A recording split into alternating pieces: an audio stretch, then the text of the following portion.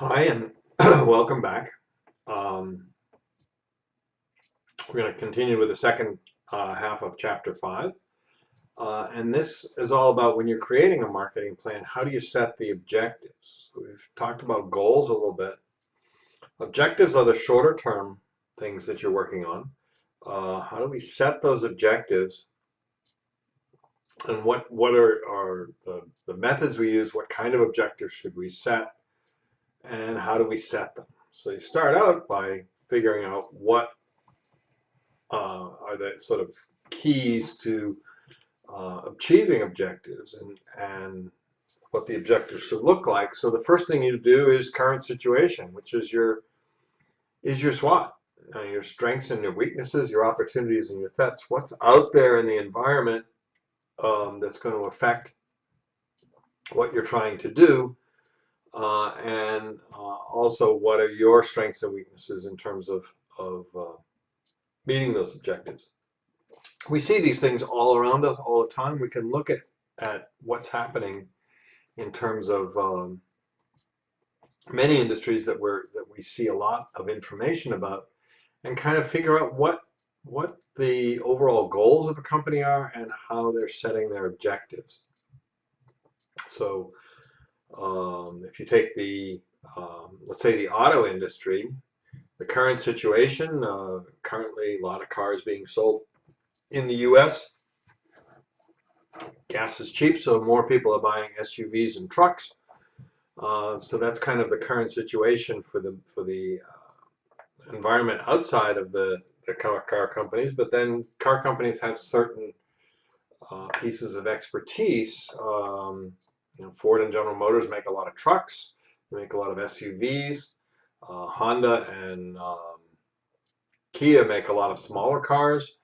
So those are their strengths and weaknesses. And then you've got a disruptor like Tesla making electric cars. How do all these things fit together? And what each company has as a strength, which each company has as a weakness, and where do they think the current situation is leading them?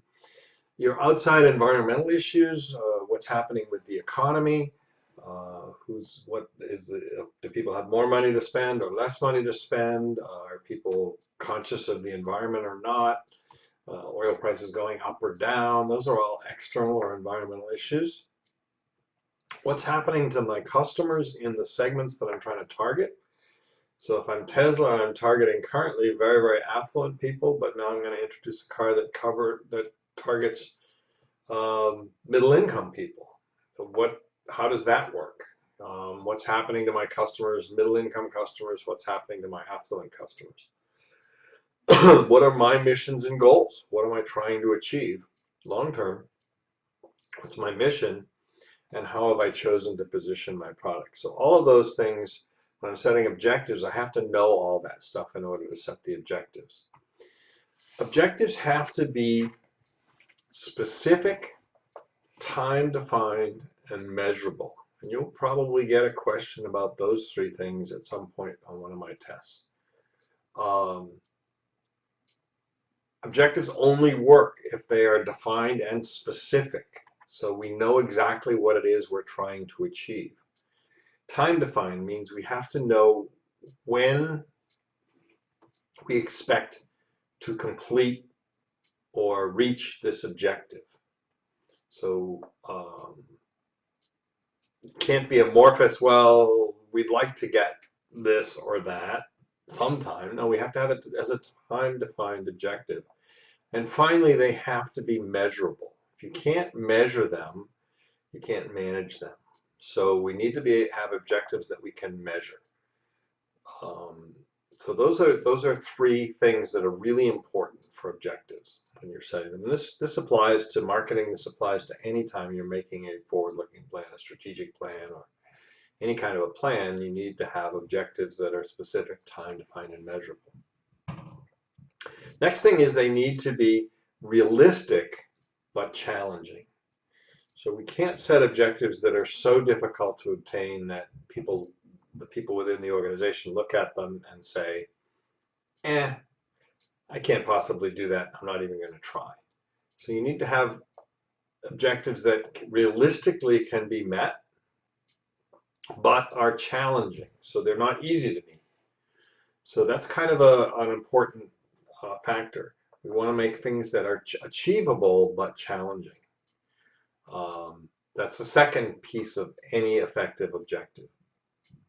If it's really easy to get to, then we don't really need to set an objective at all. We'd probably get there without even having created a plan or set an objective. So we want to have them be realistic, something we can achieve, but something that is not easy to achieve, that we have to reach for. Obviously, they have to be consistent with the goals that we've set. So they have to be stepping stones on the way to reaching those goals and achieving the organization's mission. Take into account strengths and weaknesses and opportunities and threats. So take into account that SWOT that we talked about earlier. So that's, from designing objectives, they have to meet these criteria. There are usually 3 different kinds of objectives that you can create in a marketing plan. Some of them are marketing objectives, some are financial objectives, and some are social objectives. So we can set all 3 objectives as part of our marketing plan. So marketing objectives these are some common ones. There are obviously other ones, but we might want to measure acquiring new customers. So we might set an objective. Our overall goal is to get to some level of sales or some level of market penetration. And we're going to measure that by how many new customers we acquire. So if we're trying to acquire, 100 customers a week or 10 customers a month or whatever it is, depends on the product we're selling. We're not really interested in how many dollars these customers spend, but whether we get them as a regular customer. So that's a customer acquisition objective. Customer retention objective. We want to retain our customers that we have. Generally speaking, it's much more expensive and difficult to get a new customer than to hold an old customer. So we want to work on customer retention.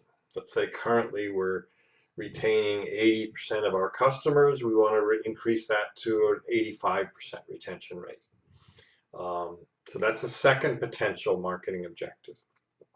We're not really interested in how many customers we acquire or how many retain. We're interested in customer satisfaction. So are our customers happy with their service? It might be another way to measure our marketing objectives. We're instituting a new customer service aspect to our business, and we want to make sure that people are satisfied. Channel relationships. We'll spend a lot of time on channels when we get to, I think it's chapter 8. But channel relationships are the organizations we work with either downstream. So if we're a manufacturer, they might be wholesalers or retailers. Or sometimes channel relationships refer to upstream relationships with our suppliers. So establishing channels and how those relationships are maintained can be a big part of a marketing objective. Generally speaking, marketing will look at downstream channels. So how are the relationships with our retailers? Are they supporting our product? Are they pushing our product over our competitors' product, or are we getting the back of the shelf treatment while our competitors are getting front of the shelf treatment? Understanding that channel relationship is really important. We might just look at how many we're selling. We want to sell more. That's a really standard kind of marketing objective and a really easy one to measure. Another metric might be market share, which really isn't the same as unit sales. So if the market is stagnant and we increase unit sales, we'll increase market share. But if the market is growing quite fast and we're not growing as fast as the market, then we would lose market share even though our unit sales were increasing. So we might want to use market share as a measurement, a metric.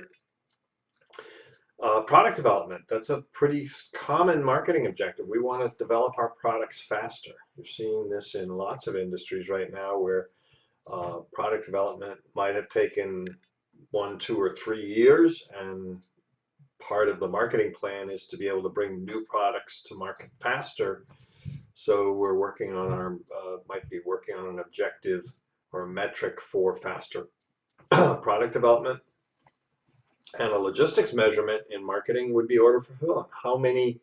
What percentage of our orders are we fulfilling? So when Customer orders a group of our products, are we able to ship 100% within a day, or 90% within a day, or is it 80% within the first 2 weeks, or what's our order fulfillment? And we may want to set objectives to improve our order fulfillment, which will also probably improve unit sales and customer satisfaction. So all sorts of different ways we can measure, provide metrics. It's important to have metrics so we know if we're succeeding. So we want to establish them and then track them. Financial objectives, some fairly common ones there. Sales volume, so this is dollar volume, and as targets, profitability as a target, so we want to make a certain percentage profit or a certain amount of profit. Return on investment product targets, or break-even targets. All of those are financially based numbers. So if we know we'll talk about break-even a little later, but break-even measures how many units we have to sell at a certain price in order to cover our fixed costs, or break-even. So that's some financial metrics. Finally, social objectives or societal objectives. First of all, why would we care about social objectives? Well, they're very, very important in terms of long-term sustainability for any organization. So they may be listed as some part of our mission to improve the environment, or improve living conditions in our community, or other things which aren't measurable on a balance sheet or an income statement, but can be very, very important to the organization. So, and secondly, from a marketing standpoint, social objectives can be a strong connection with customers. You see many new companies and some older companies who are focusing on their social objectives. I'm happy to buy a product because the company reflects my ideals. I want to buy my clothing. Patagonia is a clothing company and very famous for some of their social objectives.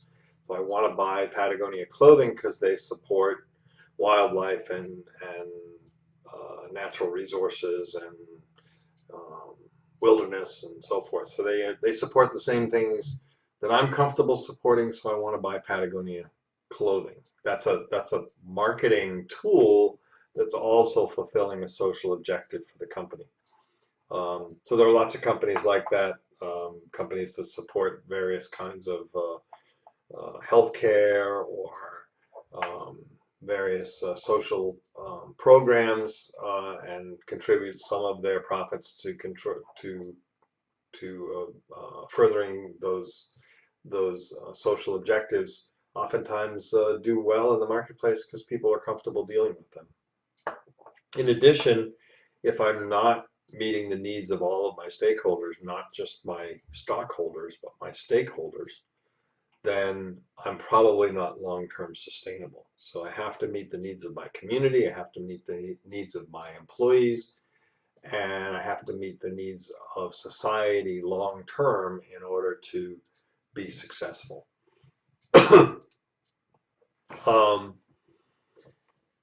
Whenever you set up for a marketing plan, you have to sell it internally before you sell it externally. And many, many companies forget this piece of the marketing plan. It's really, really important for you to figure out what your marketing plan is and then sell it to the organization. Sell it to the people who work in the organization before you try to sell it outside the organization.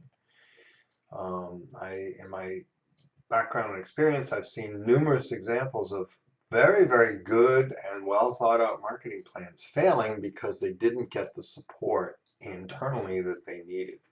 If your employees don't buy into what you're doing, have myriad ways of stalling or making it difficult to accomplish your goals and objectives. So it's really important to sell whatever your concept is inside the organization. And then secondly, it's extremely important to have customer service as part of your plan. So customer service is the after sale part of marketing. So internal marketing, you may use internal newsletters, you may use web pages or training meetings, sales meetings. My businesses I ran, my favorite technique for internal marketing was walking around, walking into somebody's office, sitting down, having a chat about what we were thinking about doing, getting their input, making them aware of our thoughts and what we expected to achieve by whatever it is we were doing. In my own career, I probably made the mistake of not internal marketing a few times. That was one thing I'm thinking of, particularly where I acquired another business. So I was in the retail sports world and acquired another business in a separate part of that sporting world, serving a different market segment, I guess, and didn't really sell it to my current employees, and it was a huge mistake on my part because people didn't realize that I saw that, or that the organization saw this as a way to grow and expand, and they felt like they were being abandoned in lieu of some other market segments. They thought we were going to abandon the market segment they were serving to pursue a different market segment, and that wasn't our intention at all. But it really took 6 months to a year to overcome the fact that I hadn't taken the proactive step of informing them and getting their buy-in beforehand. So really important to do internal marketing. Makes things work much better, and basically what you do is you have to get buy-in. If you don't get buy-in from your current employees for whatever your marketing plan is, then you're probably not going to be successful in implementing it. Those are the people that have to implement it, and they have to believe in it and want to do it. So very, very important to get buy-in. Customer service. The customer service piece of this is both before and after the sale. So customer service starts before the sale, so informing people, dealing with their questions, having good rapport with your customers before the sale, making the sale convenient and easy at the point of sale, wherever that might be, whether it's a direct sale or a sale through a channel. And then perhaps most importantly, after the sale. Buyer's remorse is a very real thing. People buy things and then they feel bad about having bought them. And it's really important for anybody selling products to address buyer's remorse before it sets in.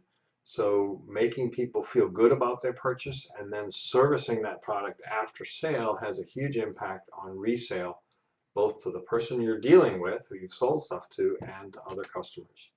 One unhappy customer is way more powerful than almost any marketing plan you can put together. Unhappy customers spread their unhappiness around and deter all sorts of other people from ever becoming customers. So you want to make sure that you're providing really good after-sale service. So you want to meet your segment's needs. You want to satisfy customers as well as retain them. It's almost never perfect every time, so you should have a plan to deal with poor customer service, because it will happen. It's almost impossible not to occasionally screw up. And how do you deal with that poor customer service after it happens is really, really important. If you think about the recent thing that happened on an airline where the airline decided to forcibly remove a customer from an airplane because they needed to fly some of their crew and the plane was full to another airport. That was a really bad customer service mistake. The follow-up to that was even worse. They made a mistake. We all make mistakes. It was a really bad mistake. Sometimes we make bad mistakes. But then to have the CEO come out the day after and say, well, this is our policy and they didn't do anything wrong, my God, that's a really bad mistake. And then he had to retract that later and come back with a apology, and they had to pay a lot of money to the person they took off the plane, and they're still dealing with a backlash. The cost of that after mistake problem was probably bigger than the cost of the actual mistake. The actual mistake was terrible. The follow-up was even worse. So you have to assume that you're going to make some mistakes, and you should have a plan in place so that you can deal with those mistakes and minimize the damage that those mistakes happen. And you have to provide the resources to make all this stuff happen. If you don't provide the resources, you're not going to have good customer service. So if you think when you've made the sale, you're done, you're not. That's only the beginning of your relationship with a customer. And it's extremely important to maintain that relationship. So that wraps up Chapter 5, Part 2. You do have your case studies due at the end of the week as well. There's a few short questions after this Part 2, and I look forward to seeing your case studies when you finish them. Thank you.